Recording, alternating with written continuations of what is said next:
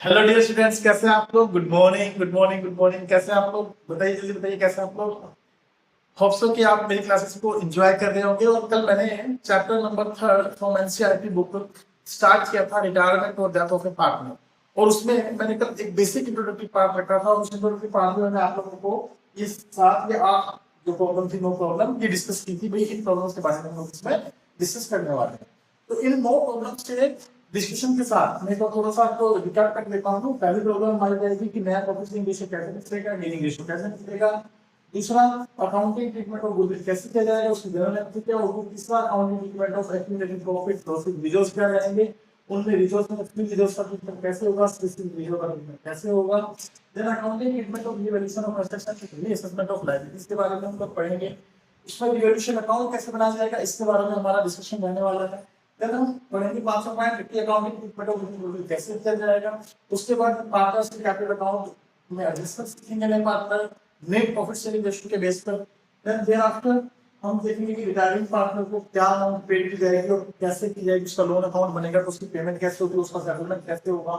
फिर जो पार्टनर मर गया है उसको हम क्या कर देंगे, उसकी अमाउंट की कैलकुलेशन कैसे की जाएगी। देन आखिर में हम सीखेंगे कि बैलेंस शीट कैसे बनाई जाती है in the case of retirement और डेथ। होप सो कि ये बात हमने कल डिस्कस की थी, आपको समझ में आ गई थी। तो आइए आज मैं आपको ले चलता हूँ पहले पॉइंट पर। पहला पॉइंट हमारा है न्यू प्रॉफिट शेयरिंग रेशियो कैसे निकाला जाता है, क्या क्या केसेस हो सकते हैं हमारे सामने, उनके बारे में हमारा यहाँ डिस्कशन रहने वाला है।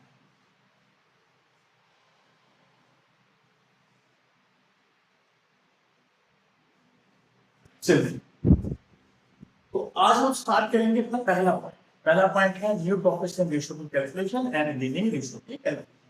तो सबसे पहले देखिए, हमारे पास केस नंबर 1 है। If you have A, B, C, 3 partners, 3:2:1, उनका प्रॉफिट शेयरिंग रेशियो 3:1। अब यहाँ पर चाहे पार्टनर रिटायरमेंट ले रहा हो या डेथ ले रहा हो, दोनों में सेम कंडीशन अप्लाई होंगी। मैं लिख देता हूँ केस नंबर 1 में पहला पॉइंट ए रिटायर्स। अगर ए रिटायरमेंट ले लेता है और आपसे पूछ लेता है कि बताइए न्यू रेशियो और गेनिंग रेशियो क्या होगा रिमेनिंग पार्टनर्स का, दैट इज B/C। अब एक ही जाने के बाद तो कौन बचेगा, बी और सी बचेंगे। तो इनका रिमेनिंग शेयर क्या होगा उसके बारे में हम लोग बात कर रहे हैं। तो बी और सी में जो प्रॉफिट शेयरिंग रेशियो का बच गया वही न्यू रेशियो माना जाएगा, तो वही इनका गेनिंग रेशियो माना जाएगा। If it is not stated that retiring partner का शेयर रिमेनिंग पार्टनर किस रेशियो में लेते हैं, अगर ऐसा कुछ मेंशन नहीं है तो हम ये कह देते हैं कि उसका हिस्सा ये पुराने रेशियो में ही गेन करेंगे और पुराना रेशियो ही क्या बन जाएगा, ये रेशियो बन जाएगा। ऐसा हम लोग कर सकते हैं। अगर यहाँ पर मैं लिख दूं बी डाई, तब हमारा ए और सी के लिए ओल्ड रेशियो और सॉरी न्यू रेशियो और गेनिंग रेशियो क्या रहने वाला है, गेनिंग रेशियो और न्यू रेशियो। तो ए और सी का रेशियो है 3:1, 3:1 का गेनिंग रेशियो हो जाएगा, 3:1 का न्यू रेशियो बन जाएगा। तो अब आप मुझे बताइए कि अगर मैं लिख देता हूँ पार्टनर सी रिटायर्स, तो बताइए ए और बी का न्यू रेशियो क्या होगा और गेनिंग रेशियो क्या होगा। Now it's your turn. Simple है, पहला केस में कोई समस्या है नहीं, पहले केस को हम इजीली कर सकते। तो बताइए इसका क्या आंसर आने वाला है, जल्दी जल्दी कमेंट कीजिए। चलिए मैं बता देता हूँ ए और बी का सी के रिटायरमेंट के बाद क्या रेशियो बनता है, 3:2। तो यही इनका नया रेशियो हो जाएगा और वही इनका गेनिंग रेशियो हो जाएगा। देखिए यहाँ पर हमें गिवन नहीं है कि रिटायरिंग पार्टनर या डिसीज्ड पार्टनर के हिस्से को जो पुराने पार्टनर है, रिमेनिंग पार्टनर है, वो किस रेशियो में ले रहे हैं। तो हम ये अज्यूम करते हैं कि वो अपने ओल्ड रेशियो में ही इसको गेन करेंगे। अगर ये ओल्ड रेशियो में गेन करेंगे तो न्यू रेशियो भी हमारा वही माना जाएगा, तो उनका ओल्ड रेशियो होगा। आइए इसको थोड़ा सा प्रूव करके देखते हैं, है ना। जो मैं मान रहा हूँ उसका थोड़ा प्रूफ देखते हैं। प्रूफ कैसे किया जाएगा। मान लीजिए मैंने कहा ए रिटायर, तो मुझे बताइए ए का शेयर कितना है, दैट इज 3/6। ए का शेयर कितना है, 3/6। अब मैंने कहा कि जब तक ये ना बताया गया वो पुराने पार्टनर किस रेशियो में इसे गेन करेंगे, तो वी विल अज्यूम दैट कि वो ओल्ड रेशियो में ही गेन करेंगे। तो मैं कह सकता हूं कि ए के हिस्से को बी और सी ने 2:1 में गेन किया है। तो बताइए गेनिंग रेशियो में तो कोई डाउट नहीं है कि हमें अजम्पशन लेके चलनी है।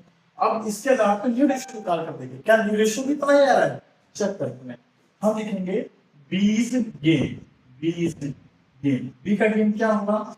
3/6 में 2/3 गेन कर रहा है तो 3 से 3 कट जाएगा तो 2/6।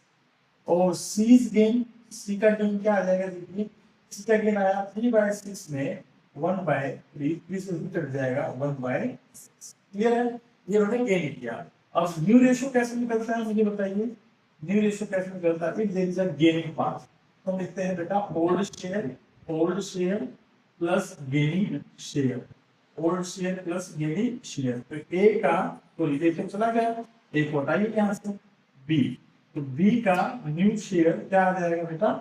बी का ओल्ड शेयर है 2/6 और गेनिंग शेयर कितना है? 2/6। कितने सी हो गया? 4/6। और सी का न्यू शेयर क्या बन जाएगा बेटा?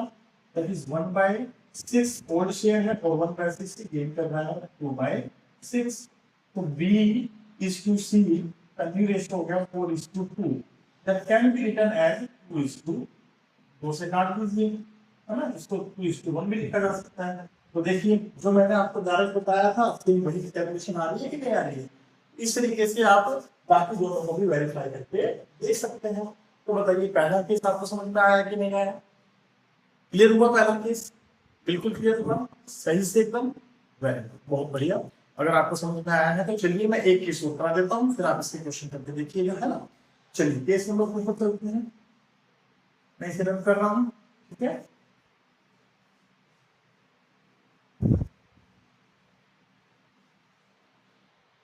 केस नंबर 2, ए बी और सी मान लीजिए 3 पार्टनर है, 3 2 1 का कहानी बांटते हैं और इसमें से बी जो है वो रिटायर्ड हो गया, वो रिटायर्ड हो गया, ठीक है?